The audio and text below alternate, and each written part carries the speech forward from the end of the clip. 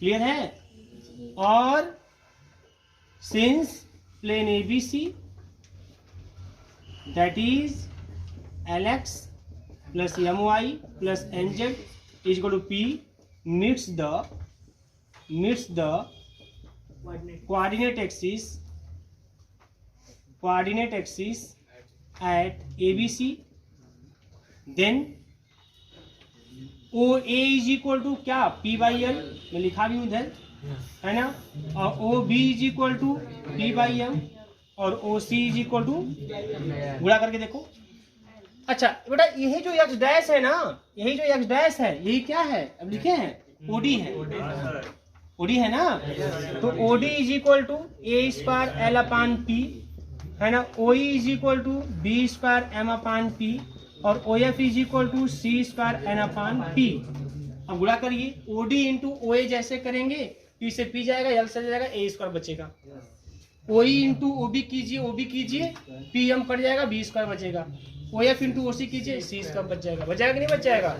छापिए फिर, तुरंत छापिए।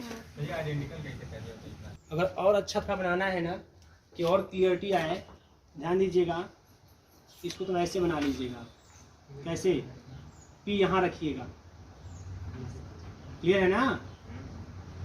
P यहाँ रखिएगा, P मीट कर रहा है ना प्लेन से, अब यहाँ रख सकते हैं P, कोई दिक्कत नहीं है। वैसे तो फिगर सही है ये नहीं, क्योंकि इसमें कंप्लीटली कोई चीज़ बनाई नहीं गई है, ये तो खाली आपको समझाने के लिए, और कभी भी एग्जाम में सब बनाई हुई नहीं मत, सब साइज समझने के लिए आपके बनाया गया है। क्लियरिटी तभी आएगी जब आप पूरा बनाएंगे, लेकिन हाँ इतना बना लेंगे तो आपको ये कंफ्यूजन नहीं होगा कि OD क्या है। सबसे बड़ी समस्या यही होती है कि OD क्या है, OA क्या है ना, ये सब है क्या, तो वो चीज़ें क्लियरिटी के लिए मैंने फिगर बनाया हुआ है। आपको भैया जल्दी जल्दी,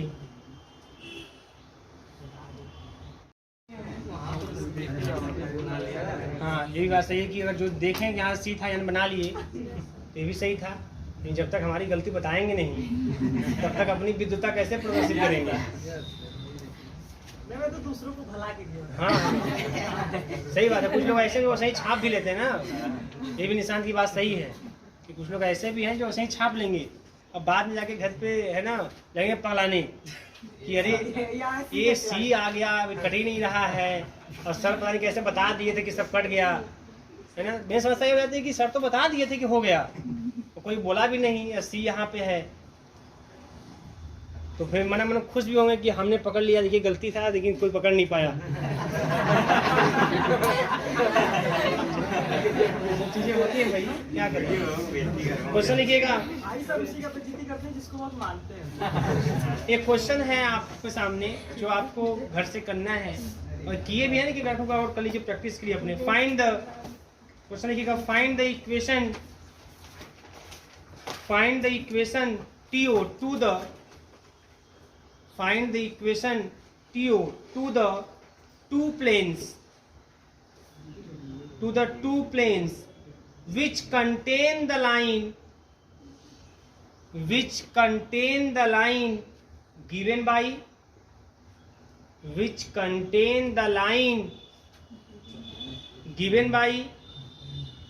7x प्लस का 10y माइनस का 30 is equal to 0। 7x plus का 10y माइनस का 30 is equal to 0, comma 5y minus का 3z is equal to 0, 5y minus का 3z is equal to 0, and touch the ellipsoid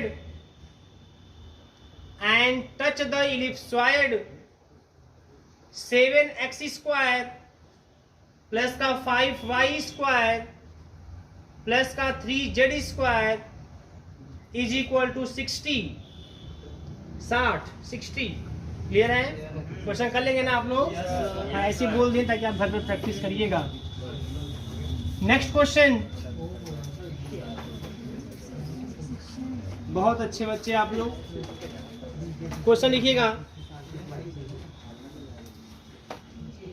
देखिए, a tangent plane to the ellipsoid, question है a tangent plane to the ellipsoid x square upon a square X square upon A square plus Y square upon B square plus Z square upon C square is equal to 1।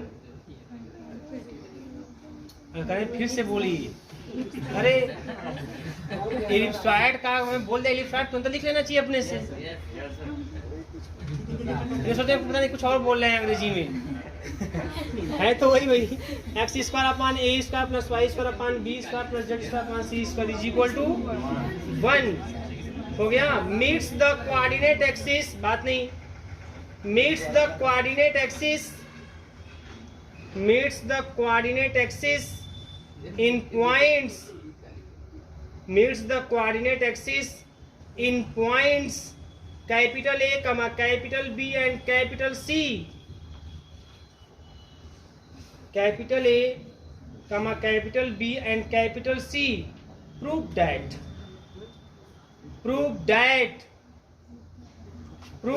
the centroid of the triangle, prove that the centroid of the triangle ABC, the centroid of the triangle ABC lies on the locus, centroid of the triangle ABC, capital A, capital B, capital C without comma, ABC lies on the locus, क्या बात है, on the locus A square upon x square plus B square upon y square plus C square upon z square is equal to 9, is equal to 9। ठीक है, देखिए एक plane है और tangent plane है। कैसा प्लेन है? टेंजेंट प्लेन है। ठीक है ना। अब जो टेंजेंट प्लेन है, ध्यान दीजिएगा, यह टेंजेंट प्लेन इस तरीके से है कि जो कोऑर्डिनेट एक्सिस को ए बी और सी पे क्या कर रहा है, हाँ मीट कर रहा है, कट कर रहा है। तो हम लेट कर लें अगर इक्वेशन, आप ध्यान दीजिएगा, लेट कर लें equation of tangent plane to the ellipsoid. Equation क्या है? X square upon A square plus Y square upon plus Z square upon C square is equal to 1 is, मान लें अगर Lx plus m y plus n z is equal to p, मान लेते हैं कि इसके टेंजेंट प्लेन का equation यह है, देन या वेयर, तब एक कंडीशन और होगा। अगर यह होगा इसके टेंजेंट प्लेन का इक्वेशन, तो यह टेंजेंसी का कंडीशन सेटिस्फाई करता होगा। बताइए टेंजेंसी का कंडीशन क्या? हाँ, इलिप्सॉइड के लिए आपको कंडीशन लिखवाएगा A square L square plus B square M square plus C square N square is equal to P square. और सेंट्रल कोऑर्डिनेट के लिए L square upon A plus M square upon B plus N square upon C is equal to P square, है ना। तो यह 1 या 2 है ना, या 3, क्लियर है बेटा?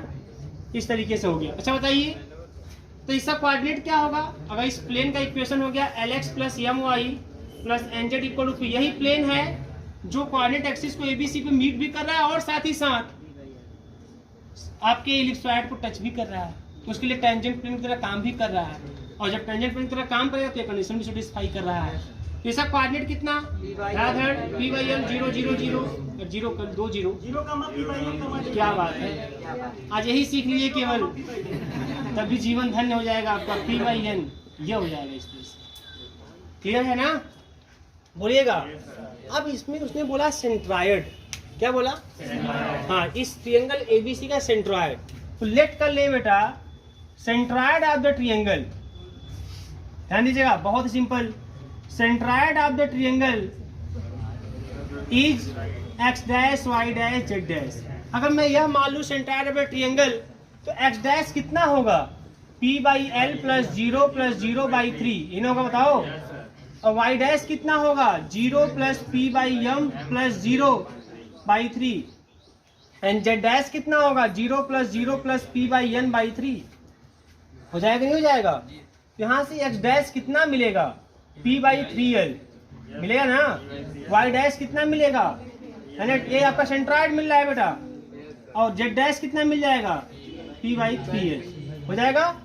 जब इतना जाएगा, now A square upon X dash square, इसकी वैल्यू निकालते हैं, इसकी वैल्यू निकालते हैं। C square upon Z dash square is equal to, ठीक है ना, तो वैल्यू निकालते हैं इसका।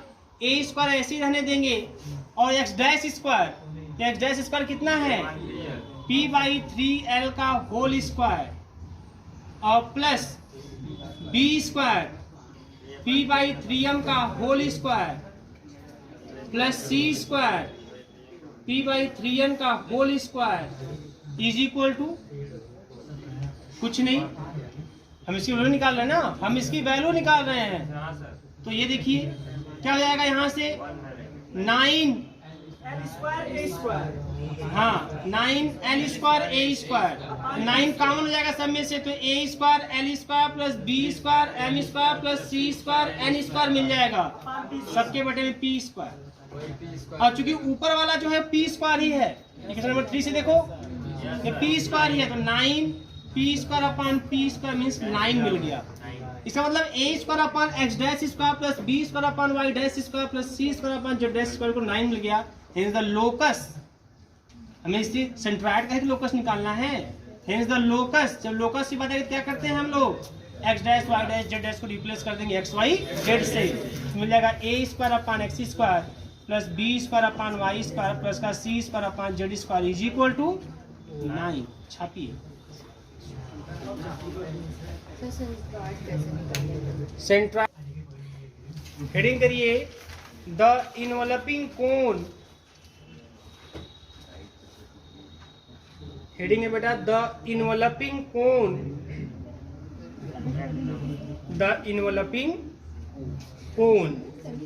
देखिए डिफिनेशन इसका, इनवलपिंग कोन का डिफिनेशन लिखिएगा आप, the locus of tangent lines, the locus of tangent lines from a given point,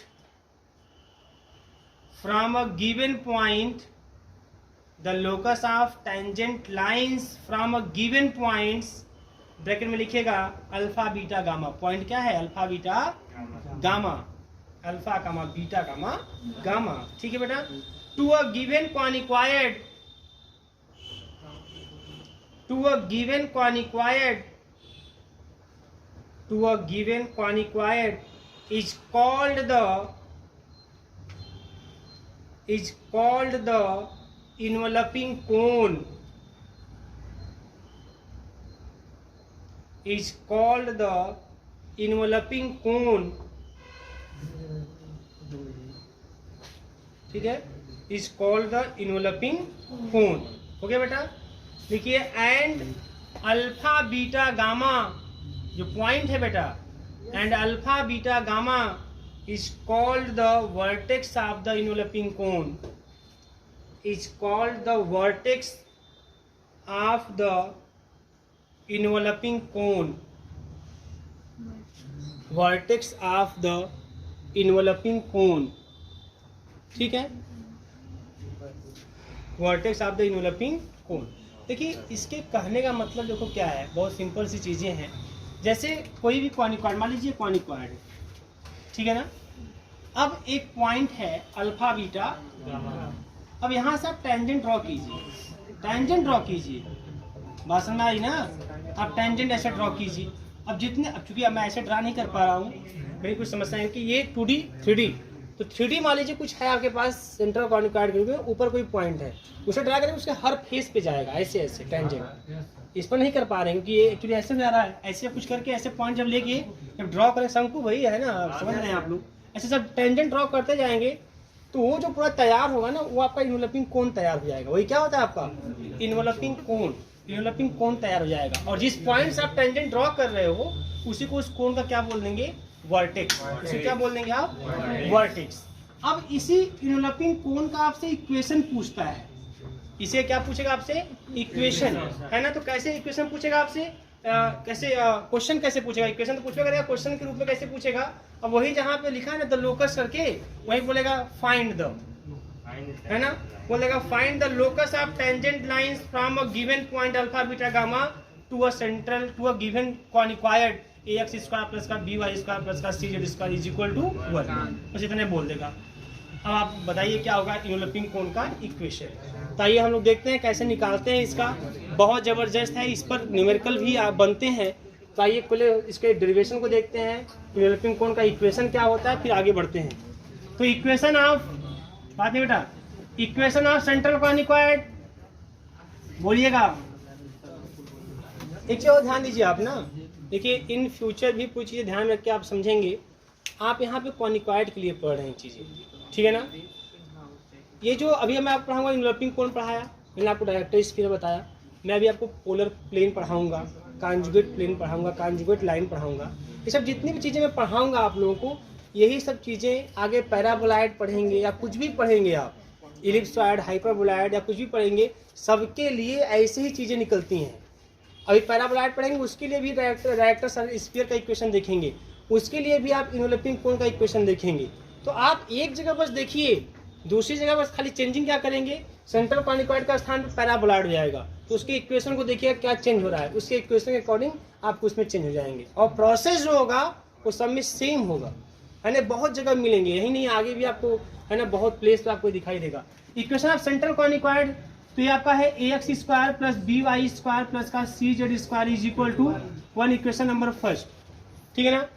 अब आप क्या कर रहे हैं, आप जो है पॉइंट अल्फा बीटा गामा से टेंजेंट लाइन ड्रॉ कर रहे हैं।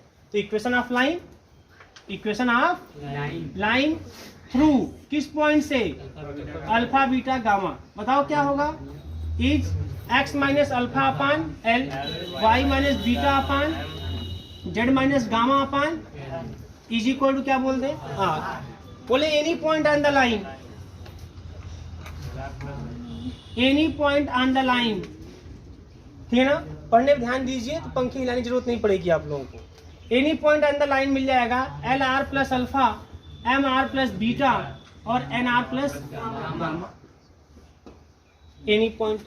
अब इसी एनी पॉइंट में जो लाइन आप ड्रॉ कर रहे हैं, ड्रॉ कर रहे थे ना, हर पॉइंट को रिप्रेजेंट करेगा, और उसी में वो भी पॉइंट होगा जिस पॉइंट पर ये लाइन कॉनिकॉइड को टच कर रहा है, वो भी पॉइंट होगा। तो वो पॉइंट क्या करेगा, सेंट्रल कॉनिकॉइड पे भी होगा, तो वो पॉइंट सेंट्रल कॉनिकॉइड को भी सेटिस्फाई करेगा, और वो पॉइंट इसी में आएगा, इसी में आएगा। आर के अलग अलग वैल्यू के लिए अलग अलग पॉइंट आएंगे, उसी में ये भी आएगा। ये पॉइंट किसको सेटिस्फाई करेगा, इक्वेशन ऑफ सेंट्रल कॉनिकॉइड को। This point also satisfies, this point also satisfies equation of central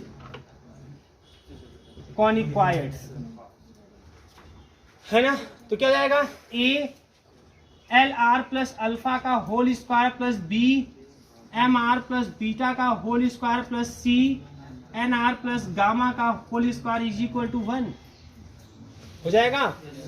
क्या मिलने वाला है, A L square plus B M square. देखो बहुत तेजी से आप एक बार चीजों को कर लिए हैं तो बार बार नाटक ना करना पड़े। A l alpha plus B m beta ये सब याद हो जाना चाहिए, जरूरत ही ना पड़े उसको देखने की।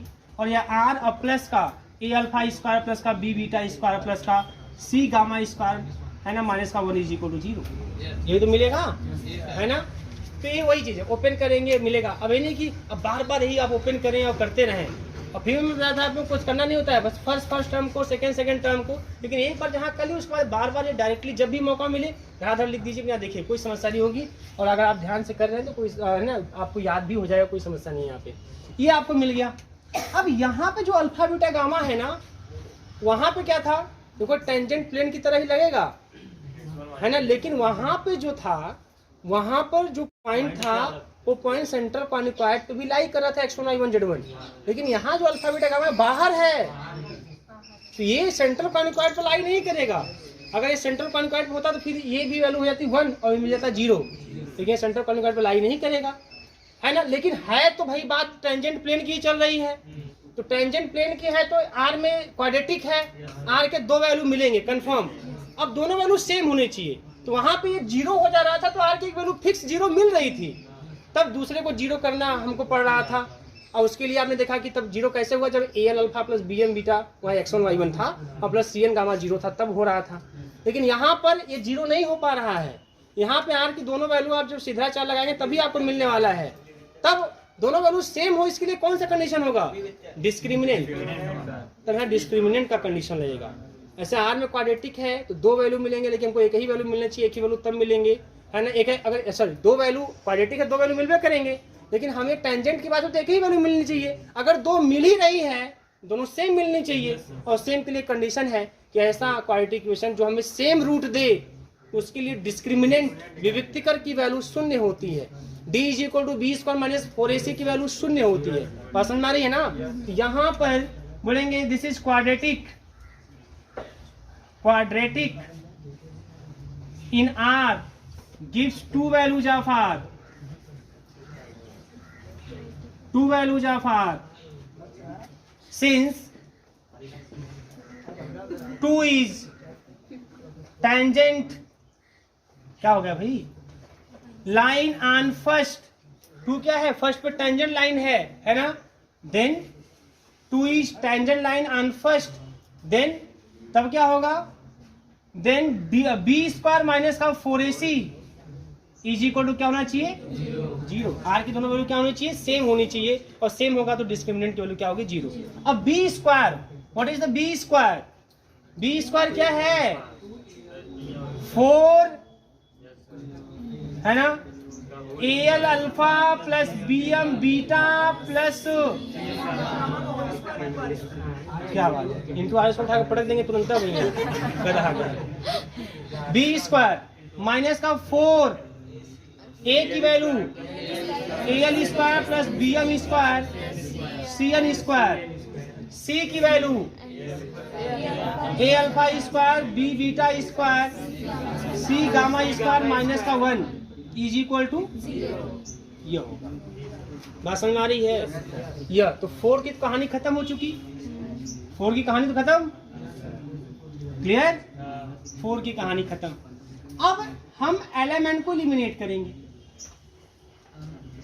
ठीक है ना, एलिमिनेटिंग इक्वेशन थर्ड। अब जो मैं कैलकुलेशन करने वाला हूं बहुत ध्यान से समझिए, है ना। अभी कुछ लोग क्वेश्चन को फील करने ज्यादा गर्मी को फील कर रहे हैं। एक लाइन आप नोट कर लीजिए, ठीक है ना, कि आप अपने काम में एकदम बिजी रहा कीजिए, एकदम बिजी। अपने काम में आप एकदम बिजी रहेंगे ना, आपको कोई डिस्टर्ब नहीं कर सकता, जान लीजिए। बहुत कुछ बातें हैं जो आपसे डायरेक्ट नहीं कही जा सकती, लेकिन आप ध्यान रखिएगा, इन फ्यूचर कभी भी, है ना, किसी भी उम्र के पड़ाव पे आप पूछेंगे, आप अपने को अपने काम पे एकदम फोकस करके रखिए, बिजी करके रखिए ना, कोई डिस्टर्ब नहीं कर पाएगा आपको, और आप एक से एक दुखों से भी, है ना, उनको पीछे छोड़ते हुए आगे बढ़ जाएंगे। मतलब बहुत कुछ चीज़ें आपको डिस्टर्ब करेंगे, आप एकदम परेशान हो जाएंगे, इरिटेट हो जाएंगे, है ना, आती है समस्याएं, आती हैं, आएंगी, है ना, और उम्र के हर पड़ाव में आएंगी, आप एकदम परेशान हो जाएंगे, आगे बढ़ना मुश्किल। लेकिन अगर आप इस कॉन्सेप्ट पे चलेंगे कि हमारा जो काम है हम उसमें एकदम अपने आप को बिजी रखें ना, बस अब आगे बढ़ जाएंगे, कोई समस्या नहीं होगी। अब अभी यहीं देख लीजिए, आप अगर अपने जो मैं पढ़ा रहा हूँ, जो भी पढ़ रहे हैं, इस पर एकदम कंसंट्रेट हो जाइए, एकदम अपने आप को एकदम इसमें बिजी रखिए। हमको इसको समझना है, हमको इसको क्लियर रखना है, नहीं खाली सर छाप दिया हमने उतार लिया, हमको इसको समझते हुए जाना है। आपको गर्मी एकदम डिस्टर्ब करवे नहीं करेगी, ये 101% सही है, नहीं डिस्टर्ब करेगी। तो अगर थोड़ा भी आपके दिमाग में आ गया कि गर्मी है, आप परेशान हो जाएंगे, पागल हो जाएंगे, परेशानी पागल तक हो जाएंगे आप, निश्चित जान लीजिए। होता है ऐसे, गर्मी कभी क्या है, जैसे उमस या बेचैनी जैसे होने लगते हैं, गर्मी को आप फील करना चालू कर देंगे। तो ये सब चीज़ों को थोड़ा सा इग्नोर करिए और ध्यान दीजिए इस पर, ये बता रहे हैं, अब आगे जो भी आप समझें, ठीक है। लेकिन ये सच सही बात है, क्योंकि हम लोग जब क्लास वास लेते हैं ना, तो एकदम भीग जाते हैं कभी कभी, तो एकदम ये तुम्हारी यहाँ ठीक है ना। बहुत जगह क्लास ऐसे लिए हैं कि बंद कमरा है, बहुत बच्चे बैठे हैं, और पूरा एकदम जैसे नहा के आ रहे हैं, लेकिन फिर भी उस क्लास में डटे हुए हैं और पढ़ा रहे हैं मन से। क्यों? क्योंकि पूरा फोकस हमारा इस पे है कि हमको बच्चों को चीज़ समझानी है। अभी हम जब इसको बता रहे हैं ना, तो हम गर्मी पे ध्यान ही नहीं है मेरा, है ना। जब मैं इसको बता के बैठ रहा हूँ तब मुझे भी गर्मी फील हो रही है, लेकिन तब फील हो रही है, अभी जब बताते वक्त नहीं फील हो रही है। कम से कम पढ़ते वक्त आप भी इसी कॉन्सेप्ट पे रहिए, और ये हमेशा काम करेगा, ये जान लीजिएगा। देखिए यहाँ पे अब क्या करेंगे, आप एलिमिनेट कीजिए, eliminating element from equation second and third. आपका जो कैलकुलेशन होने वाला है थोड़ा टिपिकल होगा, लेकिन अगर थोड़ा सा आप अगर ध्यान बना के, धैर्य बना के देखेंगे, और साथ ही साथ मेरे मूवमेंट पे भी ध्यान दें कि हम कैसे मूव कर रहे हैं और कहाँ पे कौन सी चीज़ें कैसे कर रहे हैं, है ना। कुछ लोग को ऐसा होता है, कभी यह भी होता है कि सर बता रहे हैं, हमें मालूम है कि एलिमिनेटर तो करना है, लास्ट में तो आ ही जाएगा, करके ऐसे घटाना है। तो ऐसा मान के अगर आप अपने आप को खत्म कर देंगे, हो गया चलो हो गया, अब सब बताने दीजिए, तब परेशान हो जाएंगे। आप एकदम ध्यान दीजिएगा कि कैसे कैसे वो एलिमिनेट भी हो रहा है, कैलकुलेशन कैसे किया जा रहा है, बहुत फोकस होकर ध्यान दीजिए बेटा। यहाँ पे ये मिल जाएगा ए एल के स्थान पे X minus alpha alpha plus B Y minus beta beta plus C Z minus gamma gamma. Clear बेटा? और स्क्वायर, क्लियर है ना? बोलो होल स्क्वायर हो गया ना? इज इक्वल टू ना, इज इक्वल टू नहीं पढ़ेंगे ऐसे चिल्लाएंगे। ए एल की बात एक्स माइनस अल्फा का whole square plus B Y minus beta का whole square plus C Z minus gamma का होल स्क्वायर ब्रैकेट बंद। दूसरे में आ जाइए, A alpha square B beta square C gamma square minus का 1। क्लियर है? इसमें कोई दिक्कत नहीं। अभी मैंने कुछ नहीं किया, मैंने केवल एलिमेंट के स्थान पे है ना x minus alpha y minus beta z minus gamma रखा। अब देखो क्या होने वाला है, ध्यान दीजिएगा बेटा, ध्यान दीजिए। मैं पहला टर्म इसमें स्क्वायर कैसे रहने दूंगा, मैं पहला टर्म लिख रहा हूँ A X alpha plus B Y beta plus C Z gamma -1। धैर्य रखिए, -1। फिर दूसरा टर्म देखिए, माइनस का ए अल्फा स्क्वायर, तो minus A alpha square plus B beta square plus C gamma square -1। आपके -1 वाली समस्या दूर हो गई होगी मेरे हिसाब से। जैसे इसको आप ओपन करोगे तो +1 और -1 कैंसिल हो जाएगा, हो जाएगा नहीं कैंसिल? ठीक है ना, कोई दिक्कत नहीं। मैं -1 यहाँ लिखा, अपने से लिख दिया क्योंकि उस -1 को मैंने यहाँ से बैलेंस कर दिया। तो होल स्क्वायर है, ऊपर क्या है whole square is equal to, यहाँ देखो, यहाँ ध्यान दो, पहला टर्म ठीक है ना, A X square plus B Y square plus C Z square, ठीक है ना, -1। ठीक है, ध्यान दीजिएगा। फिर दूसरा वाला टर्म बी स्क्वायर वाला, चलो A alpha square plus B beta square plus C gamma square -1, तो -2 बढ़ गया। -2 तो अभी आ नहीं रहा था। दूसरा टर्म देखिए यहाँ पे, दूसरा टर्म माइनस का 2 ए एक्स अल्फा है ना बेटा, बी वाई बीटा और यहाँ से मिलेगा सी जेड गामा, और फिर -1 जैसे करेंगे ये -1 सब बैलेंस हो जाएगा, नहीं हो जाएगा, +2 और -1 -2 कैंसिल हो जाएगा। क्लियर है? इसका काम हुआ खत्म। फिर दूसरा ब्रैकेट इनटू दूसरा ब्रैकेट है, ऐसे रहने देंगे, A alpha square plus B beta square plus C gamma square -1। Clear है? अब बेटा ध्यान दो, इसको मैं लिख रहा हूं S1। क्या S1? S1 नहीं, सॉरी, T मैं बता रहा हूं क्या है चीजें यहाँ पे। इसको मैं लिख रहा हूं T, इसको लिख रहा हूं S1 और ये बाहर S होल स्क्वायर। इस पूरे को मैंने लिखा T, इसको लिखा मैंने S1, तो हो जाएगा T माइनस S1 का whole square is equal to, इस वाले को मैं लिखा S, क्या लिखा S। फिर ये देखो, इसको यही लिखा हूँ, यही है चीज, प्लस का S1 माइनस का 2, ये देखो यही चीज है ना, तो T हो जाएगा, काम हुआ खत्म इसका। अब इसको देखो क्या लिखेंगे S1। एक्चुअली क्या है ना, जो देखिए ध्यान देना यहाँ पे, ए एक्स स्क्वायर प्लस का बी वाई स्क्वायर प्लस का C Z square is equal to 1 है ना, ट्रांसफर -1 इज इक्वल टू 0। इसी को हमने नाम दिया S, यही हमारा है कर्व सरफेस, यही है, यदि कोनिकॉइड को हम S से दिखा दे रहे हैं। और जब इस पर हम पॉइंट है अल्फा बीटा गामा, अगर इसी में हम अल्फा बीटा गामा से इसको पास कराएं है ना, अल्फा बीटा गामा रख देंगे इस पर, तो पॉइंट रखने पर हम जो आएगा उसको हम S1 से रिप्रेजेंट कर रहे हैं। S1 याद रखिए, S1 क्या होगा, S1 कभी भी किसी भी कर्व के लिए, जैसे मान लीजिए किसी कर्व को हमने S नाम दे दिया, जब S1 की बात आएगी तो S1 क्या होगा, S1 किसी पॉइंट से जब पास कराएंगे तब, तो मान लीजिए अल्फा बीटा गामा से पास करा दे, तो ए अल्फा स्क्वायर और बी बीटा स्क्वायर और plus C gamma square -1 equal to 0, इसको बोल देंगे S1। और T क्या है, टेंजेंट, तो पॉइंट है alpha beta gamma, alpha beta gamma पे टेंजेंट की अगर बात कर लें, अल्फा बीटा गामा पे टेंजेंट की बात कर लें तो क्या नियम होता है, एक्स स्क्वायर को एक्स अल्फा से है ना, वाई स्क्वायर को वाई बीटा से, जेड स्क्वायर को जेड गामा से, तो क्या मिल जाएगा, A X alpha plus B Y beta और प्लस का C Z gamma minus 1 equal to 0, इसको हम टी से दिखा देंगे। क्लियर है ना? तो टी होता है टेंजेंट का इक्वेशन, टी टेंजेंट का इक्वेशन, यस उस सरफेस का इक्वेशन जिस पर आप निकाल रहे हैं। और यह S1 जब किसी पॉइंट से पास कराएंगे तो उसको S1 बोलेंगे। यह सबकी याद रखेंगे आप हमेशा, है ना? अच्छा, तो इसी वही काम मैंने कर दिया यहाँ। अब इसको ओपन कर दो, T square S1 square 2t S1 गुणा करो S1 का स्क्वायर 2t S1, ए इससे कट गया, मिल गया S1 इज इक्वल टू, ये होता है इनवलपिंग कोण का इक्वेशन, यही है, यह है इनवलपिंग कोण का equation, where S is equal to this, S1 equal to this and T equal to this. तो किसी भी कर्व के लिए बहुत सिंपल, कोई भी कर्व अपने आप को हो, ऐसे मान लिया मैंने सेंट्रल कॉनिक्वाड था ना, अगर मैं आपसे पूछूं कि सेंट्रल कॉनिक्वाड के इनवलपिंग कोण का इक्वेशन क्या होगा, तो आप बोलेंगे सर होगा एक ब्रैकेट में ax स्क्वायर प्लस का by स्क्वायर प्लस का cz स्क्वायर माइनस का 1 इंटू दूसरे ब्रैकेट में a alpha square plus b beta square plus c gamma square minus का 1 is equal to ax alpha plus by beta plus c gamma minus 1 का whole square. Sir यह होगा इनवलपिंग कोण, इतना बड़ा इक्वेशन मिलेगा आपको। अभी मैं बोलूंगा कि बताओ x square upon a square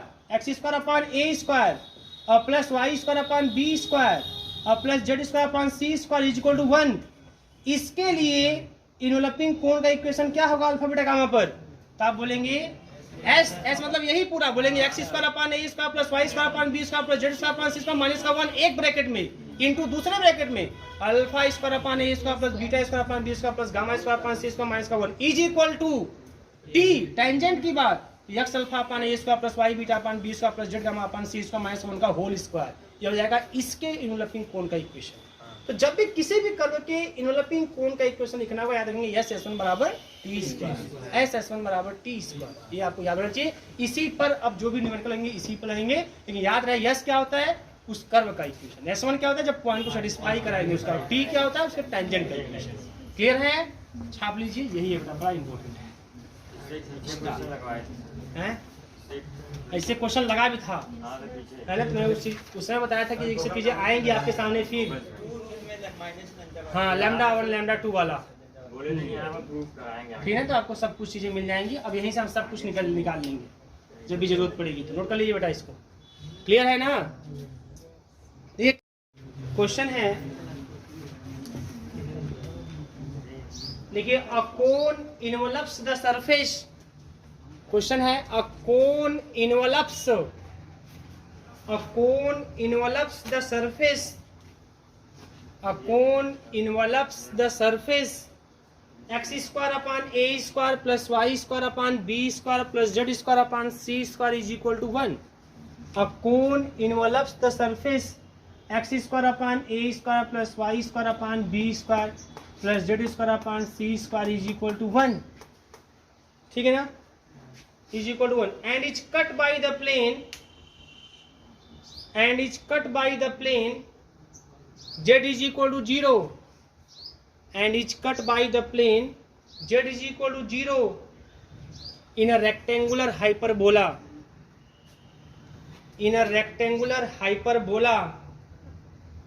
so that its vertex lies on the surface, so that its vertex lies on the surface, so that its vertex lies on the surface x square plus y square upon a square plus b square plus z square upon c square is equal to 1. ठीक है?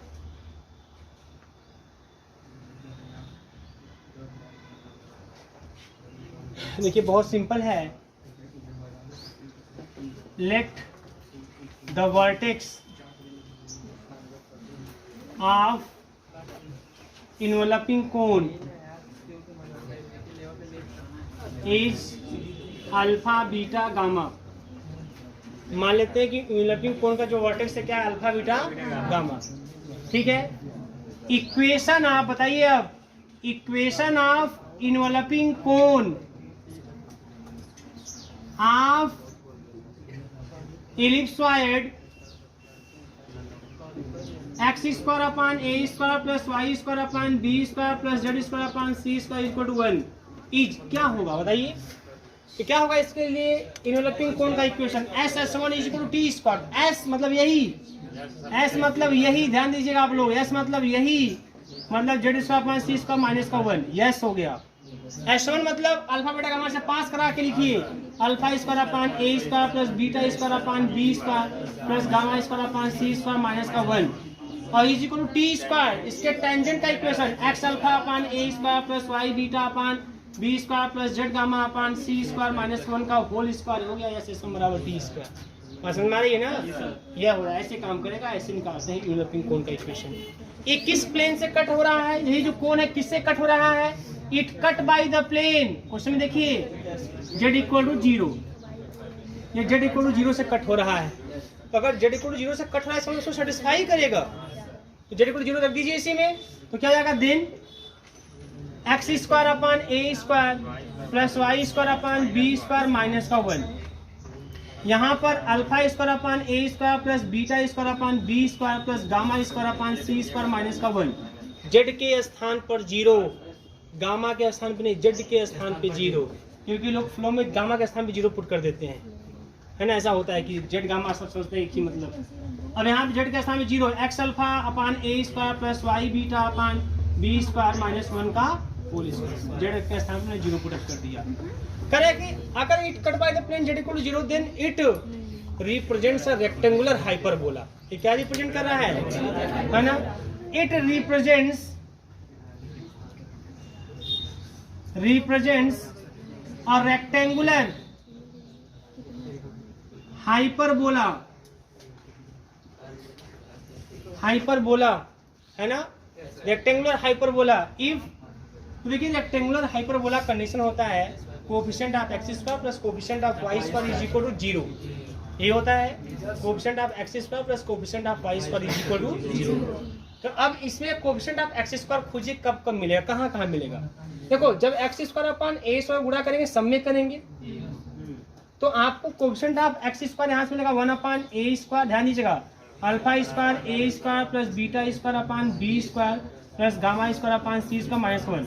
यहाँ से x square coefficient यह पूरा मिल जाएगा, नहीं मिलेगा, मिलेगा ना, लेकिन यहाँ से भी मिलेगा एक्स स्क्वायर का कोएफिशिएंट, अब मिलेगा अल्फा स्क्वायर अपान ए के पावर 4, मिलेगा, ध्यान समझिएगा, अल्फा स्क्वायर अपान ए के पावर 4 ट्रांसफर करूंगा तो 1 अपान ए स्क्वायर कॉमन हो जाएगा उसमें से भी, तो मिलेगा अल्फा स्क्वायर अपान ए स्क्वायर माइनस में यह कट कितना आएगा,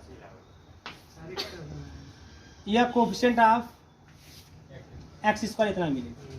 क्लियर है ना, यह मिलेगा बेटा coefficient of x square plus coefficient of y square, फिर इसका गुणा सब में करेंगे और यहाँ से मिलेगा बीटा स्क्वायर अपान बी के पावर 4 ट्रांसफर करेंगे 1 अपान बी स्क्वायर सब में होगा, इसमें से भी कॉमन होगा, लेकिन beta square upon B square इसको कर देगा कैंसिल, तो मिलेगा 1 अपान बी स्क्वायर और अल्फा स्क्वायर अपान ए square plus gamma square upon सी स्क्वायर माइनस का 1 इज इक्वल टू 0। यही अगर रेक्टेंगुलर हाइपरबोला रिप्रेजेंट करेगा then coefficient of x square plus coefficient of y square is equal to 0। Clear है ना, तो जब करेंगे इस तरीके से तो आपको ये रिजल्ट मिलेगा।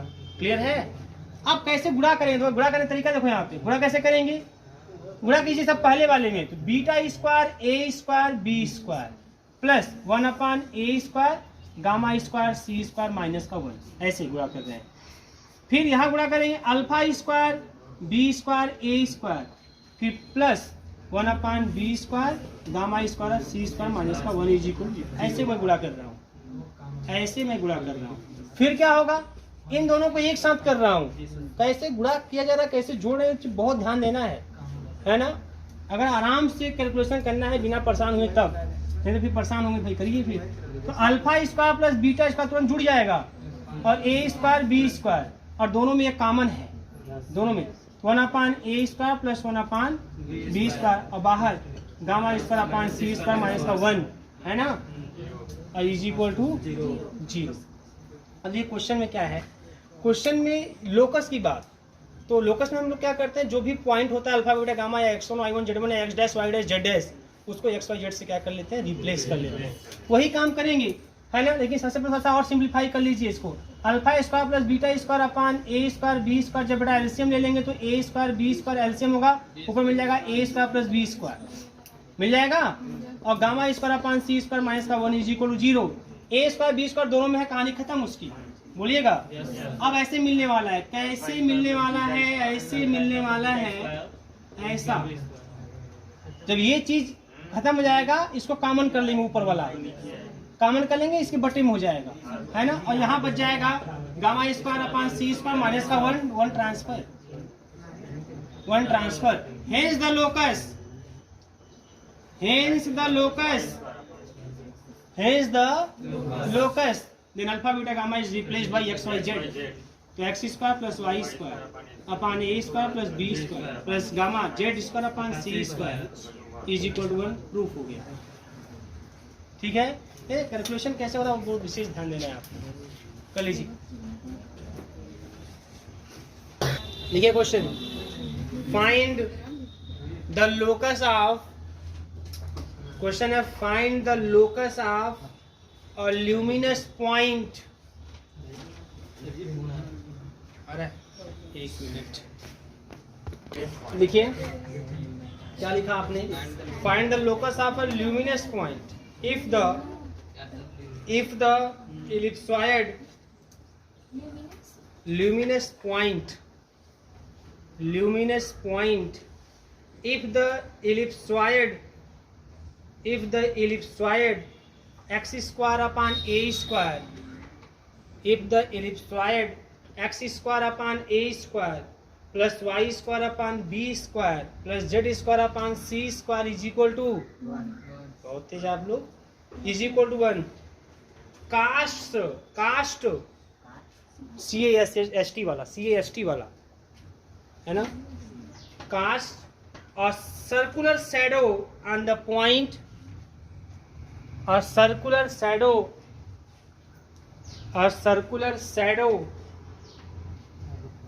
SHADOW on the plane z is equal to 0,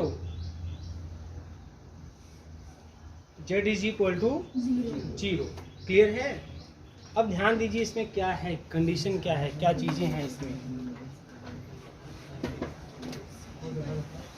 z is equal to, देखो एक चीज, ल्यूमिनस पॉइंट का मतलब पहले क्या है, तो ध्यान से, ल्यूमिनस पॉइंट का मतलब क्या है। जैसे मान लीजिए क्लोज रूम हो, है ना, देखते हैं ना आप लोग, कहीं मान लीजिए होल या छिद्र होता है, जब प्रकाश आता है ना, तो वो वहाँ से एक पॉइंट उसको अगर मान लें, तो अगर उसको अपने हथेली पे उस प्रकाश को अगर रोकेंगे आप लोग, तो एक सर्कुलर शैडो बनता है ना। और अगर उसको पॉइंट मान के, इसको सर्कुलर शैडो मान के आप करेंगे, तो एक कोन बनता हुआ दिखाई देगा आपको। क्या बनता हुआ दिखाई देगा, कोन, वो इनवेलपिंग कोन की तरह बिहेव करेगा। और जो पॉइंट जहाँ से आ रहा है वही पॉइंट है luminous point.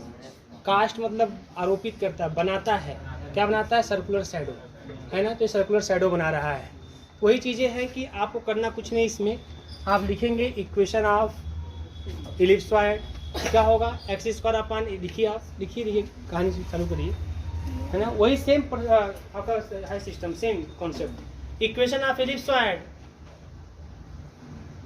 Is x square upon A square plus Y square upon B square plus Z square upon C square is equal to 1, is equal to 1 हो गया, इज इक्वल टू 1। आगे लिखिएगा बेटा यहाँ पे, लेट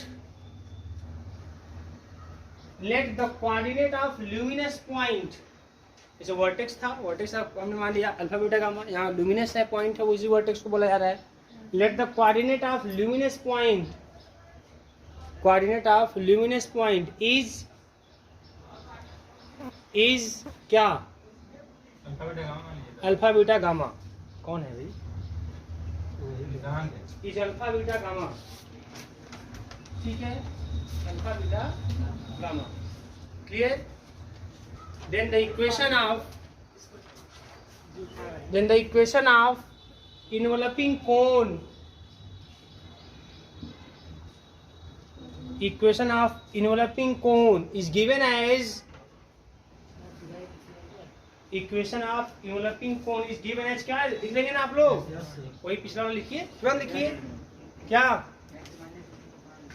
एक्स स्क्वायर अपान ए square plus Y square upon B square plus Z square upon सी square minus का 1 और x alpha upon a SS1 alpha square upon A square plus beta square upon B square और plus gamma square upon C square minus 1 is equal to x alpha upon A square plus Y beta upon B square plus Z gamma upon C square minus 1 का whole square SS1 is equal to T square. हो गया यह? It cut by the plane z equal to 0। It cut by the plane z equal to 0। कोई marker क्या है? रखे हैं ना आप लोग मार्कर? नहीं है। क्या हो गया? It cut by the plane z equal to 0। Ink है लेकिन समय नहीं है। It cut by the plane z is equal to 0। तब क्या होगा बताओ? एक्स स्क्वायर अपान ए square plus Y square upon B square minus 1 और अल्फा स्क्वायर अपान ए square plus beta square upon B square plus gamma square upon सी square minus का 1 is equal to x alpha upon A square plus Y beta upon B square minus 1 का whole square. Clear है? ठीक है ना? अब ये क्या represent कर रहा है? हाँ सर्किल है ना। तो इट रिप्रेजेंट्स, ध्यान दीजिएगा यहाँ पे, रिप्रेजेंट्स अ सर्किल इफ, अगर सर्किल रिप्रेजेंट करता है या रिप्रेजेंट्स अ सर्किल देन तब क्या होगा? सर्कल कंडीशन होता है coefficient of x square is equal to coefficient of y square, होता है ना। तो coefficient of x square is equal to coefficient of y square. और एक चीज और होता है and coefficient of x y is equal to 0। मतलब term containing x y should be must be absent, उसे एब्सेंट होना चाहिए, मतलब एक्स वाई का टर्म नहीं होना चाहिए। ये होता है सर्कल के लिए। ठीक है, तो पहले यहाँ जाइए कोफिशिएंट ऑफ एक्स स्क्वायर, अभी पिछले की तरह आया था, क्या आया था? 1 अपान ए स्क्वायर आया था, बोलिएगा, और beta square upon B square plus gamma square upon सी स्क्वायर माइनस का 1। क्लियर है ना कि ये वाला पार्ट अल्फा वाला कट गया था। और is equal to 1 upon B square और बीटा वाला कट जाएगा तो अल्फा स्क्वायर अपान ए square plus gamma square upon सी स्क्वायर माइनस का 1 हो जाएगा ना। Coefficient of x square is equal to coefficient of y square. अब इसमें दो चीजें होंगी एंड देखिए कोफिशिएंट ऑफ एक्स वाई कहाँ मिलेगा? खाली यही मिलेगा, ध्यान दीजिएगा। एक्स वाई कहाँ मिलेगा? जहां मिलेगा, है ना।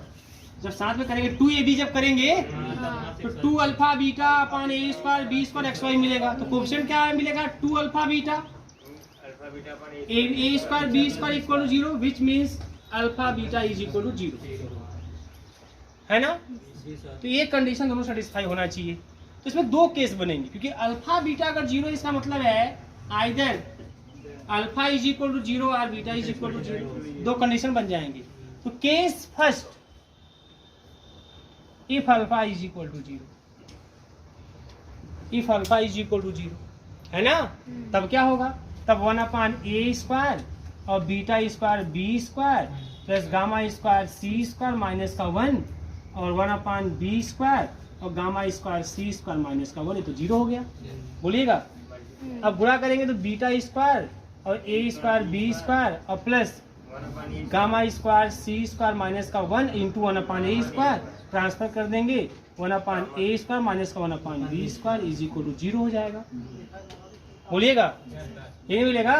अब a square b square LCM ले लेंगे और कॉमन करके खत्म कर देंगे तो मिल जाएगा बीटा स्क्वायर और यहाँ मिलेगा बी स्क्वायर माइनस ए स्क्वायर और उसको भी कॉमन कर लेंगे तो बी स्क्वायर माइनस का ए स्क्वायर और plus gamma square c square minus का 1 is equal to 0।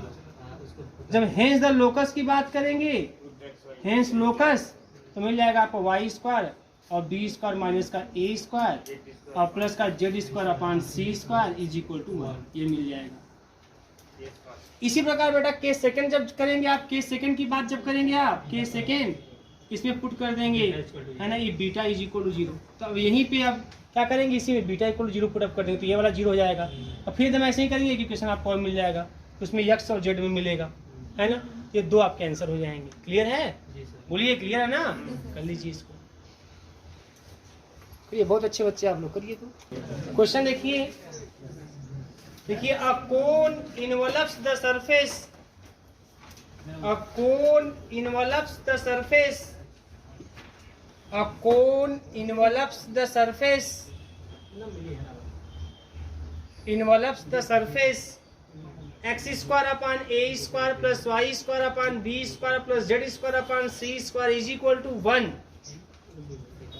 and is cut by the plane, and is cut by the plane, and is cut by the plane z is equal to 0, and is cut by the plane z is equal to 0, z is equal to 0। आगे लिखिएगा, in a parabola, in a parabola so that its vertex capital V, so that its vertex capital V, its vertex capital V lies on the plane,